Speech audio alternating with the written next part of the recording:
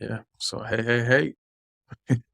As we know, life is full of surprises, both good and bad, and the day-to-day journey is full of unforeseen obstacles. And sometimes it's hard for us to see our way through beyond the normal mundane and where unscripted dreams live. Join us for thought-provoking discussions as we navigate through the fog and create our own path. We are the Unscripted Dream Podcast, operating outside the margins to motivate and inspire our audience.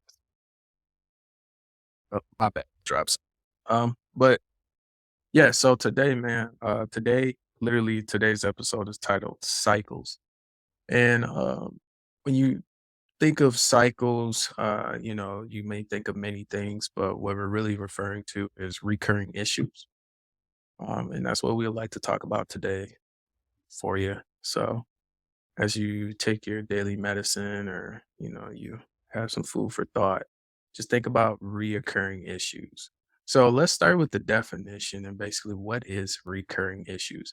And basically recurring issues is like an issue made on like a cycle basis to replenish or whatever's consumed or worn out. I'm just gonna throw that definition away because it's not really Yeah, helpful. I was thinking. I was like, It's trash. okay. I don't know. Google does not help all the time. But basically, what recurring issues is basically you're kind of like stuck in a trance, right? That's what we're trying to get at. Like you keep, instead of reinventing the wheel, um, yeah. So you're like, you're like, you're going in the cycle here, like your patterns, your habits, and everything, unfortunately, what do they say? Old habits die hard. So like, your habits are like basically that makes up who you are as a person. So like all the stuff you like and all the stuff you don't like, whether you know it or not, that all creates a cycle. That all creates like a reoccurring process. And what happens is a lot of times some people they're so caught up with their day-to-day living, it's kind of hard for them to break the mold, if especially when they need to change, whether that's for health reasons. Like a perfect example would be like I have a parent that has issues with smoking a cigarette. And, as everyone knows, smoking is bad for your bones and many other things that are part of your body. And pretty much, after doing that long term, it takes a toll on your body. Um, but, that's just an example of like, like certain people can't break that habit because of the tobacco. But realistically, it's deeper than that. It's a mental thing. Maybe this is like something you do, like, to, take a break, get away for a second. You know what I'm saying? It's not even the tobacco after a certain point. It's all mental. Like, let me take a cigarette break because that's what I do on every commercial break on television. Let me take a cigarette break just because this is what me and my buddies at work do. We smoke behind the dumpster off campus because we can't smoke on campus. Like it's stuff like that that really like kind of keeps you like attached to certain things that are not good for you. Feel free to chime in at any point in time, Marcus. So yeah, um, like reoccurring issues. These are things that I'm gonna get into like some of the cyclical stuff, trends and patterns that I've kind of seen and observed. But I think what's important to understand about this is that if you're in, so there's good cycles and there's bad cycles. Like there's good reoccurring things that are like there's things that are reoccurring that are positive, and there's things that reoccur that are negative. So um, I think that's one of the things that is part of maybe like understanding the cycle just and improving upon something and understanding like how you can improve upon something that continues to reoccur and like why this happens. Like I think about the movie Groundhog Day. I forget what he had to do to kind of break through. There's one day where he just I think part of breaking the cycle was to just break the like he started off like kind of just breaking the rules, right? Like just doing whatever he wanted to do. And then he kind of realized, I'm gonna watch that movie. It's been a while. But then he realized he was meant to like do like good things, right? And that's what kind of broke the cycle for him. And I think that, although that's using that kind of as a movie to explain it, it's you're stuck like a lot of us are stuck in these cycles, whether it's like going to a job that you hate, going home and just going through that same old cycle, or like the smoking, like the kind of like the smoking thing and not smoking for like it when it becomes like a ritual, it's like habitual and you're kind of smoking. And it's not even tobacco that's doing it for you anymore. It's just like it's just the action of doing it. So it's a whole different thing at that point. But I think that when the most dangerous thing with these is that when you're in a cycle and you don't know that you're in it, like you actually are oblivious to the fact that you're caught in like your own Groundhog Day for the for the most part, just kind of living and kind of just repeating the same activities, or you're spectating and you're observing somebody else doing the same thing and like maybe not interjecting or just kind of being like a like a standby. So You know what? That actually reminds me of, like, the cycle that, not every college student goes through it, but, if you were out there a little bit, which I was, no lie about that, like, I really lived I feel like I was, like, one of the last Mohicans to live, like, the full college experience, and basically what that means is, like, you kinda you pretty much had your way with everything that you wanted, so, um, you know, you gotta know that that's non-existent anymore in today's world, and the people that did make it work, in the range from what, '07s, really, like, '03-ish to, like, probably about maybe 2011, 2012 was, like, the last of it. But, like, during that period of time where people went to school or whatever, like, I feel like it was, like, no holds bar, from the drinking to, doing all the extracurricular stuff, being able to kinda, like, finesse school in a certain standpoint. Not necessarily, like I'm not talking about, like, cheating or nothing like that, but I mean, like, basically there was little to no repercussions for anything that you did. Like, there was always a workaround to it. Not saying that there isn't now, but as you can see, the dynamics of, like, going to college now is totally different, and COVID hit, that even confirmed it even more that, it's not the same. Let's just be real. So, what I'm trying to say is, like, um in that process, as far as like getting away with extracurricular stuff too, like drinking. Drinking's a big topic, right? Let's go with something very simple here because I'm about to go off the deep end. So when you think about like drinking or whatever, right, and what comes with it, and like that's like drinking. When you think of drinking, I think of like like college. You know what I'm saying? Like you're away from your parents. This your first time being super independent, little to no responsibility. Well, there's a lot of responsibility, but there's not much accountability that you have to take on your part because it's on you at this point. So when you put that together with drinking, it definitely does not mix, but some people find a science and figure out how to work that thing out. I happen to be one of those kids that did for that time being, but when I moved on afterwards, I realized how much, that really cut into my life as far as like being outgoing and stuff like that. Like, when you think about drinking, like you're stuck in this whole mode of like, like you really going off of like emotions for the most part. You don't really think about like how it impacts other people outside of you, all those type of things. I know I'm sound like I'm talking like addiction. I guess to a certain extent, I guess I am, but it's just more or less just me talking about like how like something like that can keep you like in tunnel vision mode. Like you don't think about long term situations or anything like that. Everything's super short term.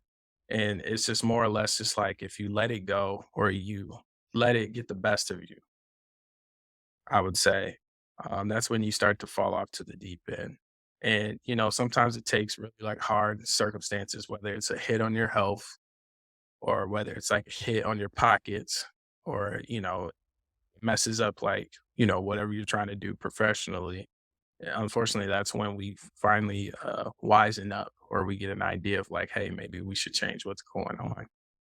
What I'm trying to say is we should be smart enough to know that it doesn't take that.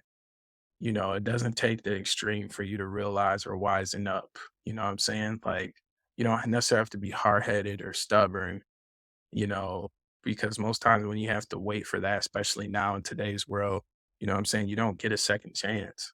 So that's what I meant by like that era of going to school or whatever. you could pretty much like mess up, you know what I'm saying? And you would still have an avenue to get back onto your feet. Now, competition's more fierce out there. You know, there's a lot of other things that are weighing or stacking up against you. You know, we can even go down and talk about like student loan and everything like Okay. that. Like, I can go down the list, but what I'm trying to say, because it's coming full circle to me now. Sorry, took this long to explain it. But what I'm saying is like you don't have the margin for mistake or error is very small now. So, like, when you do indulge in certain things like drinking, smoking, or whatever may be considered taboo, uh, all it takes is like one mistake and it's over with for you. And, you know, I think it's very important for you to realize certain patterns. So you will hopefully, you know, arise above it. And I think one of the key indicators or one of the big patterns is depression. You know, I think depression takes takes the cake on this one, just because you know when you're in that mindset where you're kind of depressed or you look at like things being boring or whatever, and you're just like, why am I still in the same situation? How come I can't figure it out? Sometimes you have to subtract what's really in front of you. Like, what do you do on the regular? You know, it was a norm for us to go and party on a Thursday every week, every Friday, every Saturday, and if you're really crazy with it, you might do Sunday too. So, when you think that that's a social norm for you, you know what I'm saying? It's really easy for you to get caught up in, you know, the mischief and all the bull crap and all the madness because you don't realize like you need to go back to the basics. Like, first of all, what got you here? You know what I'm saying? What got you to school? What got you in this situation? What put you in this situation? And then you have to like kind of gradually subtract from that. You know what I'm saying? I'm not saying you got to start a clean slate. You don't have to be super strict with yourself. But if you're starting to feel like, you know, everything that was going for you is starting to kind of like that gap starting to close, it's because you got too many things in the way. You got too many things on your list. Like you're doing too much. Well, Joe, you brought back a fun memory of college for me and understanding where, because, I was in college, you listen to this, I was in college for, I was in college for almost 7 years, like straight, like no breaks either. Right. But, one of the things that really, like Joe's kind of talking about like partying and things like that, I had got to the point to where I was there for so long for various reasons. And I was there for so long. And one day I kind of came to a realization that you need to remember what you came here for. I was like, remember what you came here for. You came here to get your degree and get out of here. It wasn't really like I was like, I didn't really go. Joe could tell you, I didn't go out like a lot or anything like that. Like I was really like a ghost for the most part, but it was still kind of being involved in things with, or just it with people, and just understanding that like I need to really create some separation if I'm gonna, do what I came here for and just focus on like just getting out of school. Right. And just understanding that, like it's like, all right, well, I need to graduate. So at this moment, nothing's really more important than me graduating. And so I made a choice to prioritize that, and that created some issues for me, but it is what it is. And I was able to get out of school and actually graduate because I had made the sacrifice to just, I mean, I really put myself in a bad situation, but I mean, I knew that if I did that, I'd be able to get out of school. I'd be able to just focus on graduating. And that was the thing, is that in that moment, I said, you know what?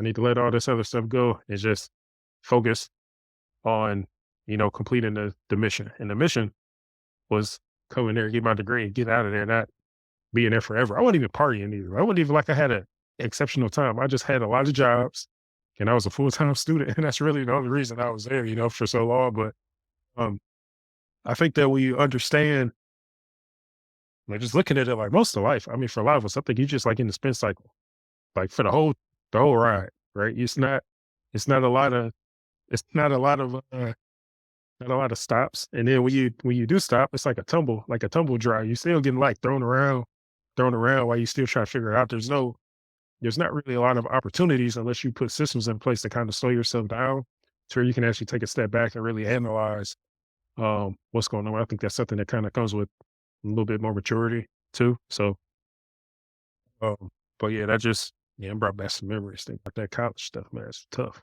but yeah, I really think that's it. It's just like like just like being an investor, knowing like looking at earlier this year versus this year, and looking at like the cycles. Like, oh, I mean, these markets are cyclical, right? And you look at it and you think, like, I remember earlier in the year or just like before, like when I really was like getting into it and just not understanding that I was at the, like, we were at the end of a bull cycle and that everything makes money. Like everything, the most dumbest stuff you could think of will make money. You would think like, oh, this is it. This is going to last and all this other stuff. But it doesn't. And then your account goes down like 75, 90%. And then you're looking at your choices and you're thinking like, well, you didn't know. Like I didn't understand that I was at the end of a bull market. I just was like very profitable on the back end, but didn't know it was the end. But if I had known that, I would have approached it a little bit differently. Right. So it's one of those things where you can still be up. I mean, you could be up or you could be down, but you can be up and really ask yourself the question like, well, what cycle am I in right now? Like, what part of this cycle am I in? And who's been here before? Right. So now a lot of my navigation is like, because we're in a bear market, like everywhere I go is it like, hey, like, who's been here before so I can navigate a lot better. Right. So I don't, so I can come out on the other side, on top. But it's not until, and that's why I think like these reoccurring issues, when you see this and you notice that the outcomes that you're getting are optimal. So you ask yourself like, well, what's going to give me the best probability? Like statistically, what's going to give me the best shot at winning? And sometimes it's just asking somebody who's been here before. Just like when we get older, like when you get older, you look at all that stuff you're doing when you were younger, you're like, man, that's pretty stupid. But like you see kids, like I see kids and young people, you just look at them, you're like, yeah, well, a lot of that stuff they're doing, like it's kind of goofy. But like I used to be there and I didn't know. So they're going through their cycle. Like people are like we're all going through different cycles in this. I think it makes it easier when you get older. So you just see kids doing like dumb stuff. You like, man, they'll like it's just a phase, right? It's just a cycle of life. So they'll come out of it, but now is not the time. Like now they gonna do like peer pressure is crazy and social media and all that other stuff. So they might be susceptible to doing some like silly stuff that they might regret, but it's a phase and they'll grow out of it. So I think it's just kind of understanding that, we're at certain stages. We're all just in certain stages, certain cycles in life. And it's about, but it really comes down to how long do you want to be where you are? Because you know, everything's a cycle. Like our lifespan is a cycle. So, but that's all. That's all. So earlier, when I was speaking, I was talking about the number one habitual offender for recurring issues is depression. I want to say the next one and would be habit. I feel like habits is very important. And a lot of people, like I said earlier at the beginning when I opened up, like people don't pay attention to some of the habits that they have. You know, um, you may have an knack for, I don't know, candy. Is that a good one? And you know what it does to you. You're in the dental office like probably 3 or 4 times a year, which is not great the way. You're supposed to only have like a 6 month checkup, I think, for a cleaning. So if you're in there more than twice a year, something's going on with your mouth.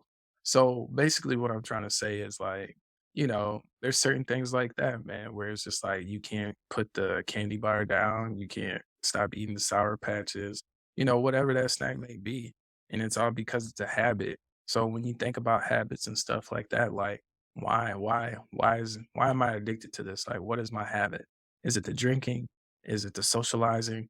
Do I associate it with some of the people or some of the things I do? So like, is it a tradition for me to get a box of candy every time I go to the movies? And do I go to the movies pretty much damn near every other week? You know what I'm saying? It's that simple. It really is. And sometimes people don't pick up on that just because it's so simple, you overlook it. So watch out for those habits, man, because that's what really gets you. That's the reason why people don't lose weight sometimes, just because they can't. It's not necessarily candy bar. It's not necessarily, all the other stuff. Maybe you don't exercise as much. Okay. Well, then if you don't like running, which most people that are in that situation say that they don't like running because maybe they may have some injuries or maybe it's just not a comfortable feeling to them. I'll be honest, like running's not for the weak hearted, but I do it. But, like there's other alternatives which they would resort to, and that's probably what eating, you know what I'm saying? And you might be eating the right stuff, right? But the question is, what is your portion? Do you have portion control? A lot of people tell you that they do until you really see their food on the plate and be like, okay, this is healthy stuff, but you eating too much of it. So what I'm trying to say is like, you got to pay attention to those habits and you got to understand them really well. Like there is a reason why you're in the situation you are now, good or bad. You know what I'm saying? And it all comes from really watching your habits as well. I think one of the last parts of this, and I'll just wrap this up as far as like cycles, the reason why it's a reoccurring issue. I think the last part is situational, like it's situational based, like your environment is what I mean by that. And, some people can't make it out of certain situations because of their environment, because it's based on the people you know, they are affiliated with, and sometimes it's really hard to tell family no. And, sometimes it's hard to pull back from that. And sometimes it's hard to pull back from friends or whatever, like, whatever the environmental situation is, you got to be able to read that too and understand, like, is this person or these group of people good for me? Like, are these people going to put me in a better predicament than I was previously? Are they going to put me in a better situation than I was before? And, sometimes you really have to pay attention to that. And I think that even with my own experience, it took me a while to realize that too. And I understand how hard that is to shake. I've been a victim for all of that. Alcoholism. You can add smoking in there too. I've been through that. Um, what else? As far as like just socializing with people, just being out and about, you know what I'm saying? That I'm a victim of that. And what I mean by socializing is being surrounded around the wrong people. And, they kind of hold you down, set you back. As much as you don't want to admit that, that very well could be very true. So it's a lot to look at, it's a lot to observe. But I think the best thing for you to really focus on, because all these points might hit, which at one point in time, all these points did hit for me. I think you kind of have to focus on things one at a time, but be mindful what else are like impactful to like your behavior or your actions going down the line. So my best advice is to basically go hard on one, but be mindful of whatever else may be in the way as far as causing those repeated cycles or situations that you get into. Make sure that you keep it real with yourself. And I feel like that's what really is going to put you ahead of the game of everyone. So some people might be like, okay, what does keeping it real really mean? Keeping it real with yourself is just being honest with yourself, man. You know what I'm saying? Know your strengths, know your weaknesses. If you know you're gonna drink or something like that or go ballistic, don't do it. Like, it's that simple. Like keep it real with yourself. Like, okay, if I do this, I know I'm gonna embarrass myself. Oh, if I keep on drinking, I know it's gonna lead to me getting a DUI or doing something. If I keep hanging around these people gonna get me jammed, whether, they're gonna put me in a situation where I might, get robbed or they might steal from me or I might do something to them. Like, you know what I'm saying? Like you have a conscience, use it to your better half or your better ability by, just doing what they call what damage control. Like, like making sure that you don't put yourself in a situation that's unnecessary. And that's what it's really about. You know what I'm saying? Like the best way to live life is to live life from a defensive perspective. Defense wins games, if you ask me. So if you have a great defense, you have a great offense. So I'm not saying be overprotective, but be protective when it comes to, your well-being and your health.